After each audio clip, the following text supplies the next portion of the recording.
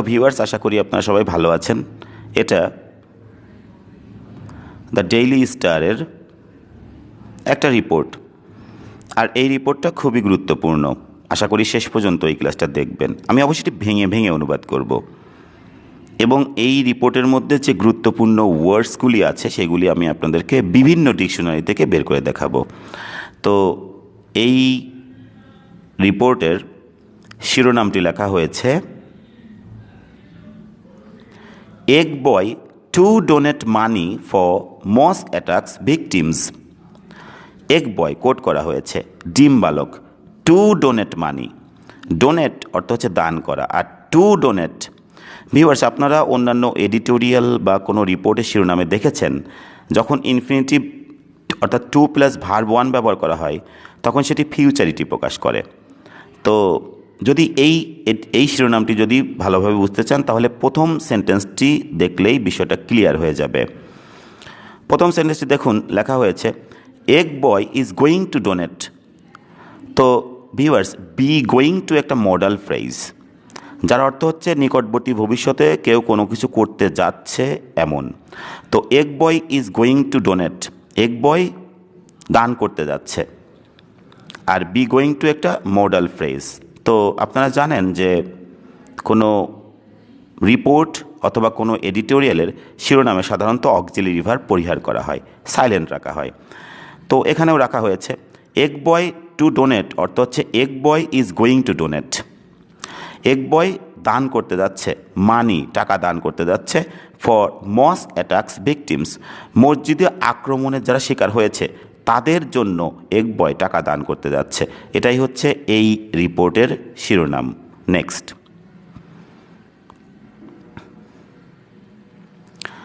প্রথম সেন্টেন্সটা দেখুন, egg boy is going to donate.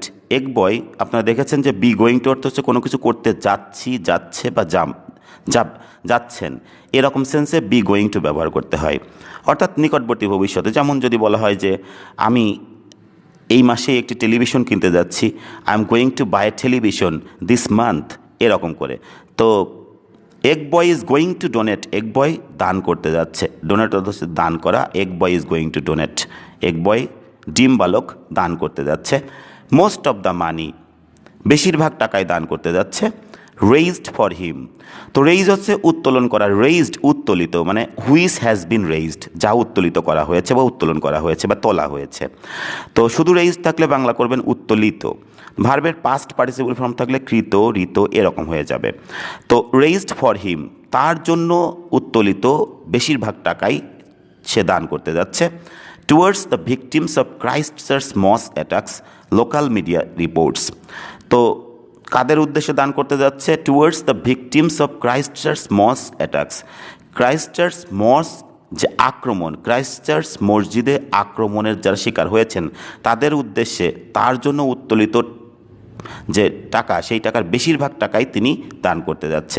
এটা লোকাল মিডিয়া রিপোর্টস, স্থানীয় যে সংবাদ মাধ্যম সেটি প্রতিবেদন করেন বা বলেন বা প্রকাশ করেন।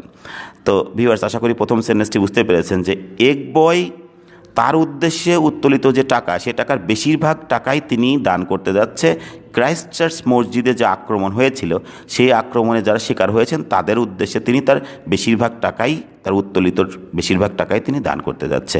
এটা স্থানীয় মিডিয়া এটিই প্রতিবেদন করেন। নেক্সট,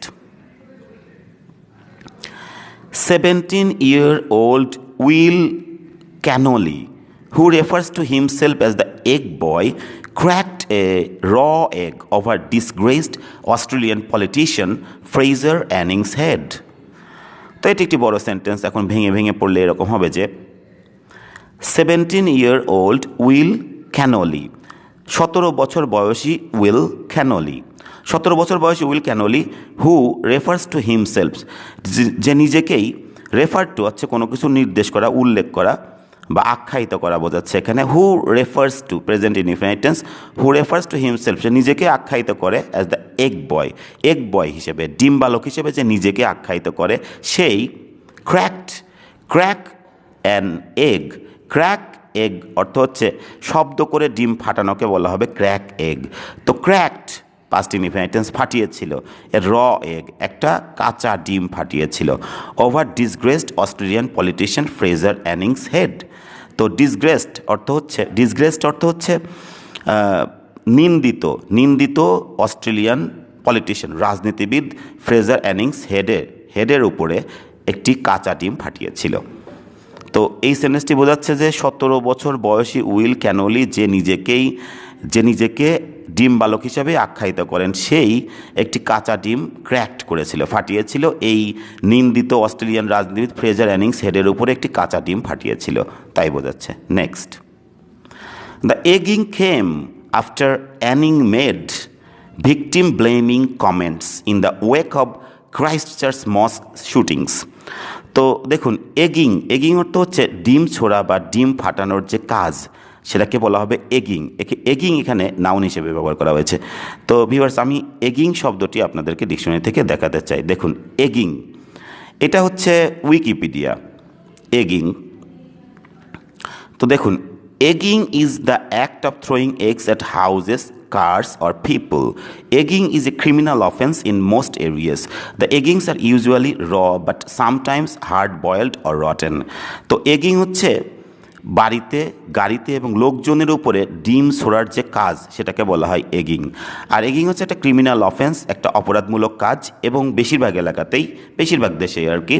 এবং এই এগগুলো সাধারণত কাঁচা থাকে এবং মাঝে মাঝে এটা হার্ড বয়েলড, অতিরিক্ত সিদ্ধ থাকে এবং পচা ডিমও থাকে আর কি। তো সেই ডিম ছোড়ার কাজকে বলা হবে এগিং। আশা করি বুঝতে পেরেছেন। তো এখন দেখুন, এই এগিং এখানে ব্যবহার করা হয়েছে এই শব্দটি। তো দেখুন, দ্য এগিং, এই ডিম ছোড়া বা ডিম ফাটানোর যে কাজ, সে কাজটা কাম অর্থ হচ্ছে কোনো কিছুতে আসা বা কোনো কিছু উপনীত হওয়া। তো এই এগিংয়ের কাজটা উপনীত হয়েছিল বা এসেছিল আফটার, পাস্ট ইনফিনিটিভ, সেজন্য এসেছিল বা উপনীত হয়েছিল কখন? After Anning made victim blaming comments. তো কিসের পরে? অ্যানিং মেড ভিকটিম ব্লেমিং কমেন্টস, মানে ভিকটিম যারা শিকার হয়েছে তাদেরকে দোষারোপকারী যখন মন্তব্য করেছিল। মেক কমেন্টস হচ্ছে মন্তব্য করা, আর ভিকটিম ব্লেমিং কমেন্টস অর্থ হচ্ছে যারা শিকার হয়েছে তাদেরকে দোষারোপ করেই যে মন্তব্য করা হয়, তাকে বলা হয় শিকারদেরকে দোষারোপকারী মন্তব্য যখন অ্যানিং করেছিল। In the wake of Christchurch mosque shootings. তো ইন দ্য ওয়েক অফ অর্থ হচ্ছে কোনো কিছুর ফলশ্রুতিতে, সেক্ষেত্রে বলা হবে ইন দ্য ওয়েক অফ। তো কিসের ফলশ্রুতি? In the wake of Christchurch mosque shooting. তো ক্রাইস্টচার্চ মসজিদে যে গুলি করা হয়েছিল, যে শুটিংস, গোলাবর্ষণ, এই গোলাবর্ষণের যে ফলশ্রুতিতে শিকারদের দোষারোপকারী মন্তব্য অ্যানিং করার পর এই এগিংয়ের কাজটা এসেছিল বা উপনীত হয়েছিল। তো এখন আমি আপনাদেরকে এখানে ইন দ্য ওয়েক অব এই ফ্রেজটা আপনাদেরকে ডিকশনারি থেকে দেখাতে চাই। এর অর্থ হচ্ছে কোনো কিছুর ফলশ্রুতিতে। দেখুন, এটা হচ্ছে Macmillan dictionary. In the wake of something, যার অর্থ হচ্ছে হ্যাপেনিং আফটার এন ইভেন্ট, কোনো ঘটনার পরে ঘটা, সেটা হচ্ছে ইন দ্য ওয়েক অফ, অথবা as a result of it, যার ফলশ্রুতিতে। আশা করি বুঝতে পেরেছেন। In the wake of something অর্থ হচ্ছে কোনো কিছুর ফলশ্রুতিতে বা কোনো ঘটনার পরে যেটা ঘটেছিল বা ঘটে, সেটাকে বলা হবে ইন দ্য ওয়েক অফ। তো দেখুন, এই সেন্টেন্সটি বোঝাচ্ছে যে এই যে এগিংয়ের কাজটা উপনীত হয়েছিল বা এসেছিল, কখন এটা ঘটেছিল বা এসেছিল, কিসের পরে? অ্যানিং যখন যারা শিকার হয়েছে তাদেরকে দোষারোপকারী যখন তাদেরকে দোষারোপ করে যখন মন্তব্য করেছিল, তখন এই এগিংয়ের কাজটা ঘটেছিল। তো কিসের ফলশ্রুতিতে মন্তব্য করেছিল? এই যে ক্রাইস্টচার্চ মসজিদে যে শুটিং হয়েছিল, গোলাবর্ষণ হয়েছিল, এই গোলাবর্ষণের ফলশ্রুতিতে যখন অ্যানিং শিকারদেরকেই দোষারোপ করে মন্তব্য করেছিল, সেই ঘটনার পরেই এই ডিম ছোড়া বা ডিম ফাটানোর কাজটা উপনীত হয়েছিল। নেক্সট, আফটার দ্য ইনসিডেন্ট, এই ঘটনার পর, where the senator punched him and some men held him in a chokehold, egg boy was arrested. তো এটি যদি ভেঙে বলি তাহলে, আফটার দ্য ইনসিডেন্ট, এই ঘটনার পর, ওয়ার যেখানে, the senator punched him, punch অর্থ হচ্ছে ঘুষি মারা, যেখানে সেনেটর তাকে ঘুষি মেরেছিল। এই ঘটনার পর যেখানে সেনেটর তাকে ঘুষি মেরেছিল, অ্যান্ড সাম মেন, এবং তার কিছু লোকেরা হেল্ড হিম, তাকে আটকে ধরেছিল, in a choke hold. Choke hold অর্থ হচ্ছে গলার চারপাশে আটকে ধরা, অর্থাৎ কোনো কাজ সংগঠিত যাতে হতে না পারে সেজন্য গলার চারপাশে আটকে ধরা, যাতে সে নিঃশ্বাস নিতে তার কষ্ট হয়, এরকম অবস্থাকে আটকে ধরাকে বলা হবে choke hold. Hold somebody in a choke hold, তার মানে এইভাবে আটকে ধরা। তো চোক হোল্ড শব্দটি আমি আপনাদেরকে ডিকশনারি থেকে দেখাতে চাই।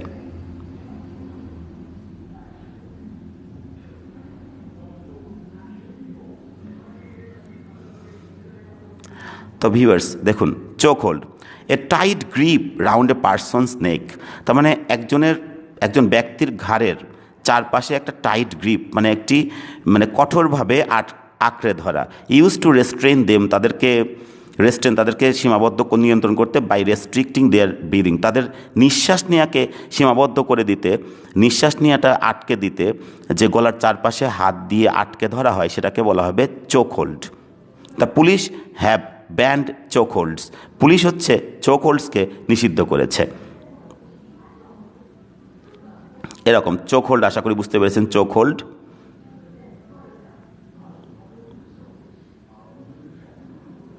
তো দেখুন এই সেন্টেন্সটি আর একবার দেখুন। আফটার দ্য ইনসিডেন্ট, এই ঘটনার পরে, ওয়ার দ্য সিনেটর পাঞ্চড হিম, যেখানে সিনেটর তাকে ঘুষি মেরেছিল এবং তার কিছু লোকেরা হেল্ড হিম, হোল্ড অর্থ হচ্ছে ধরা, হেল্ড হিম, তাকে ধরেছিল ইন এ চোক হোল্ড, মানে তাকে গলার চারপাশে আটকে ধরেছিল। এগ বয় ওয়াজ অ্যারেস্টেড, এবং এগ বয়কে গ্রেপ্তার করা হয়েছিল। তো এখানে এটা প্যাসিভ ফর্ম, ডিম বালক কিন্তু কাউকে গ্রেপ্তার করেনি, ডিম বালককেই ওয়াজ অ্যারেস্টেড গ্রেপ্তার করা হয়েছিল। পাস্ট ইনডিফিনিট টেন্সে প্যাসিভ করতে গেলে ওয়াজ হয়, তারপর ভার্বের পাস্ট পার্টিসিপল ফর্ম, ডিম বালককে তারপর গ্রেপ্তার করা হয়েছিল। আশা করি বুঝতে পেরেছেন। নেক্সট,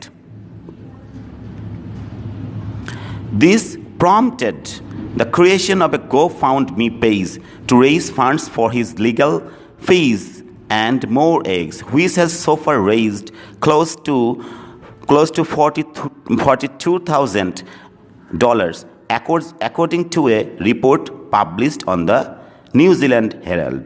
তো এই সেন্টেন্সটি বড়, এখন এটি ভেঙে ভেঙে পড়লে এরকম হবে যে দিস প্রম্পটেড, তো কোনো কিছু করতে উদ্বুদ্ধ করা, সেটা হচ্ছে প্রম্পটেড।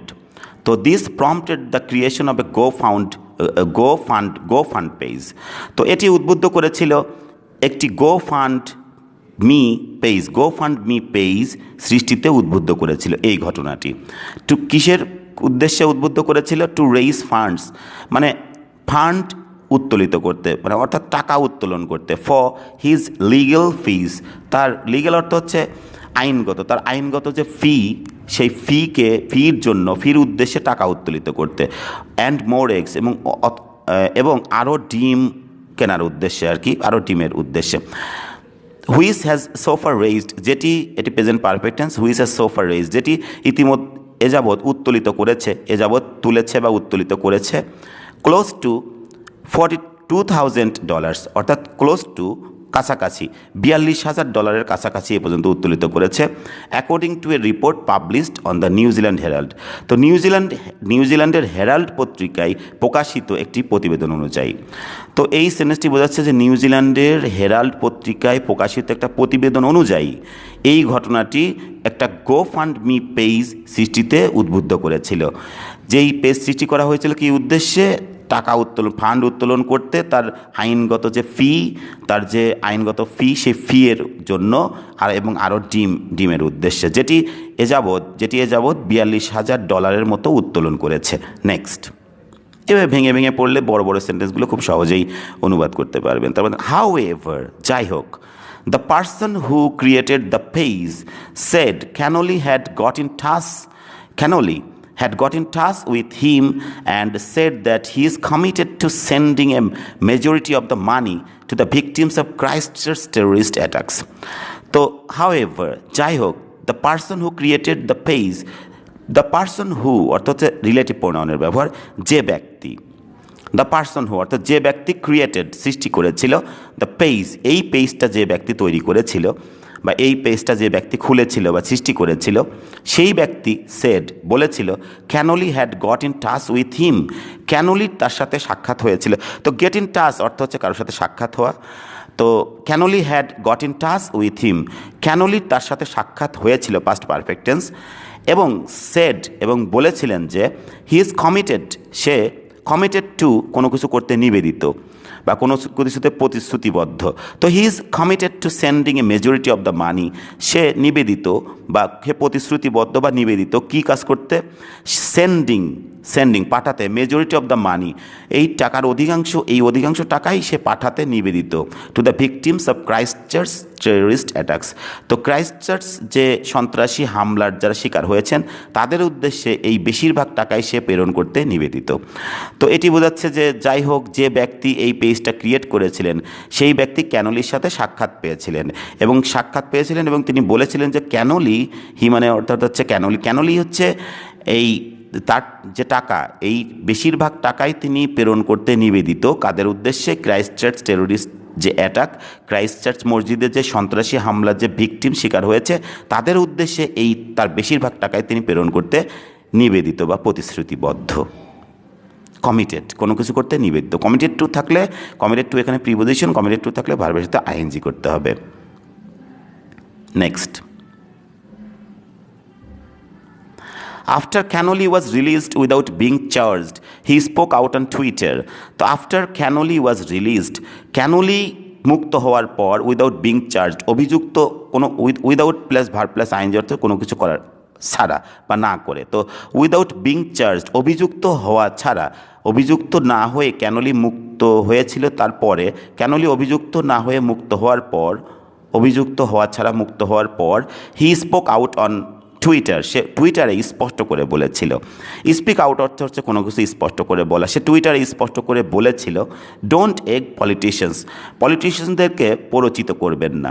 তো এগ অর্থ হচ্ছে ডিম মারা বা প্ররোচিত করা, তো এগ এখানে ভার্ব হিসেবে ব্যবহার করা হয়েছে। তো এগ শব্দটি ভার্ব হিসেবে ব্যবহার করা হয়, সেটি আমি আপনাদেরকে ডিকশনারি থেকে দেখাতে চাই। দেখুন, এগ অর্থ হচ্ছে কাউকে প্ররোচিত করা, এখানে সেই ভার্ব হিসেবে ব্যবহার করা হয়েছে। ডোন্ট এগ পলিটিশিয়ানদেরকে প্ররোচিত করবেন না বা ডিম মারবেন না। You get tackled by 30 bogans at the same time, একই সাথে আপনি 30 জন নিউজিল্যান্ডে, বোগানস একটা হচ্ছে শব্দ যেটি নিউজিল্যান্ডে, এই শব্দটি আমি আপনাদেরকে ডিকশনারি থেকে দেখাতে চাই, যেটি হচ্ছে নিউজিল্যান্ডে অপরিশিষ্ট বা বাজে লোকদেরকে বলা হয় বোগানস। তো দেখুন, এটা হচ্ছে উইকিপিডিয়া। বোগান তার অর্থ হচ্ছে অস্ট্রেলিয়ান নিউজিল্যান্ড স্ল্যাং, অস্ট্রেলিয়ান এবং নিউজিল্যান্ডের একটা স্ল্যাং ফর এ পার্সন, একজন ব্যক্তির জন্য, অর্থাৎ বাজে শব্দ। হুজ স্পিচ, যার বক্তৃতা, ক্লদিং, অ্যাটিটিউড অ্যান্ড বিহেভিয়ার, তার যে পোশাক আশাক এবং আচার আচরণ এবং ব্যবহার, আর কনসিডার বিবেচনা করা হয় আনরিফাইন্ড অপরিশুদ্ধ এবং অমার্জিত এবং অপরিশুদ্ধ বলে বিবেচনা করা হয়, আনসফিস্টিকেটেড এবং আনরিফাইন্ড বলে বিবেচনা করা হয়, সেই ধরনের ব্যক্তিকে বলা হয় বোগান। এটা অস্ট্রেলিয়া এবং নিউজিল্যান্ডের একটা স্ল্যাং।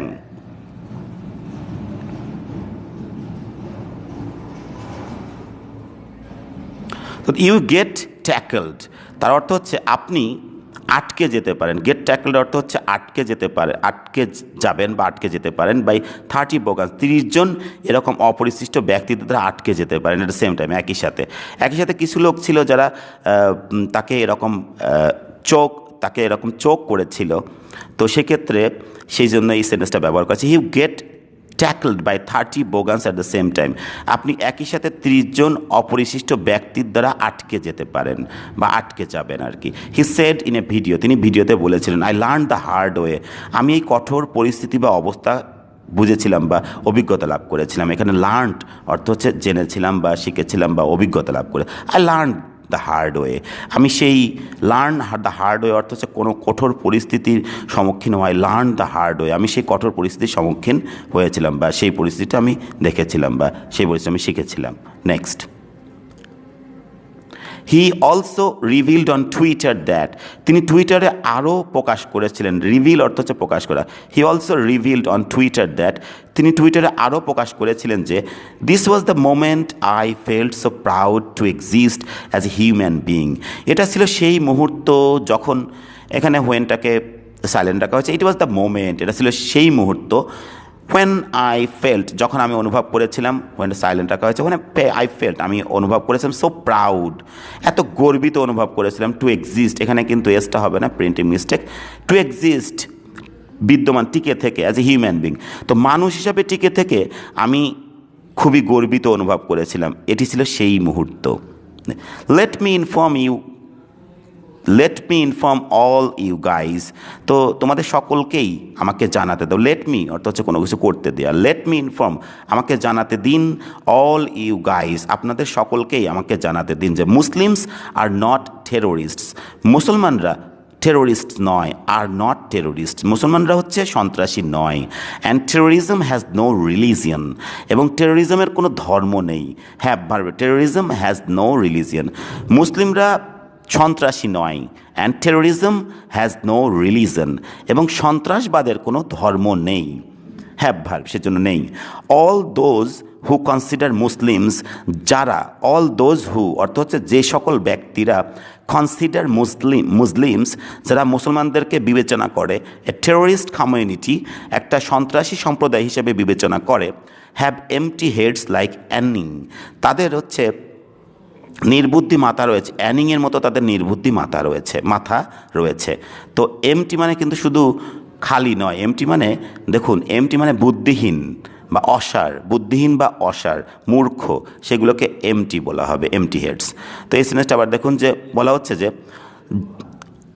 অল দোজ হু যে সকল ব্যক্তিরা, কনসিডার মুসলিমস এ টেরোরিস্ট কমিউনিটি, যে সকল ব্যক্তিরা মুসলমানদেরকে একটা সন্ত্রাসী সম্প্রদায় হিসেবে বিবেচনা করে, হ্যাভ এমটি হেডস লাইক অ্যানিং, তাদের অ্যানিংয়ের মতো একটি নির্বুদ্ধির মাথা রয়েছে, অ্যানিংয়ের মতো নির্বুদ্ধির মাথা রয়েছে বা অসার মাথা তাদের রয়েছে, রিলেটিভ প্রোনাউনের ব্যবহার। তারপর দেখুন next, New Zealand prime minister Jacinda Ardern, তো নিউজিল্যান্ডের প্রধানমন্ত্রী Jacinda Ardern for the first time, প্রথমবারের মতো, অন সানডেতে প্রথমবারের মতো, তো রবিবারে প্রথমবারের মতো join the public condemnation of Anning, তো যোগদান করেছিলেন দ্য পাবলিক কন্ডেমনেশন মানে গণনিন্দা অফ অ্যানিংয়ের গণনিন্দায় প্রথমবারের মতো তিনি যোগদান করেছিলেন বা যোগ দিয়েছিলেন। তো এটি বোঝা যাচ্ছে নিউজিল্যান্ডের প্রধানমন্ত্রী জাসিন্ডা আর্ডার্ন প্রথমবারের মতো, রবিবারে প্রথমবারের মতো তিনি এই অ্যানিংয়ের গণনিন্দা, কন্ডেমনেশন অর্থ হচ্ছে নিন্দা, গণনিন্দাতে তিনি যোগদান করেছিলেন। তো ভিউয়ার্স, এই যে এইভাবে ভেঙে ভেঙে অনুবাদ করলাম, এবং এইভাবে যদি আপনারা অনুবাদ করতে পারেন তাহলে দেখবেন যে খুব সহজেই যে কোনো সেন্টেন্স খুব সহজেই অনুবাদ করতে পারে। এবং এখানে যে সেন্টেন্সগুলো রয়েছে সবই আমি আপনাদেরকে বলেছিলাম 200টা গ্রামাটিক্যাল সেন্টেন্সেস জানলে আপনি খুব সহজেই যে কোনো নিউজ পেপার বাংলায় অনুবাদ করতে পারবেন, যে কোনো রিপোর্ট এডিটোরিয়াল সহজেই বাংলায় অনুবাদ করতে পারবেন। এটি কিন্তু আসলেই সত্য, এবং আমি 129টা গ্রামাটিক্যাল সেন্টেন্সেস আপলোড করেছি, খুব দ্রুতই সেই পরেরগুলো আপলোড করব। তো ভিউয়ার্স, আপনাদের যদি এই ক্লাসটি ভালো লাগে তাহলে অবশ্যই আমার চ্যানেলটি সাবস্ক্রাইব করতে ভুলবেন না। Thanks a lot for watching this class.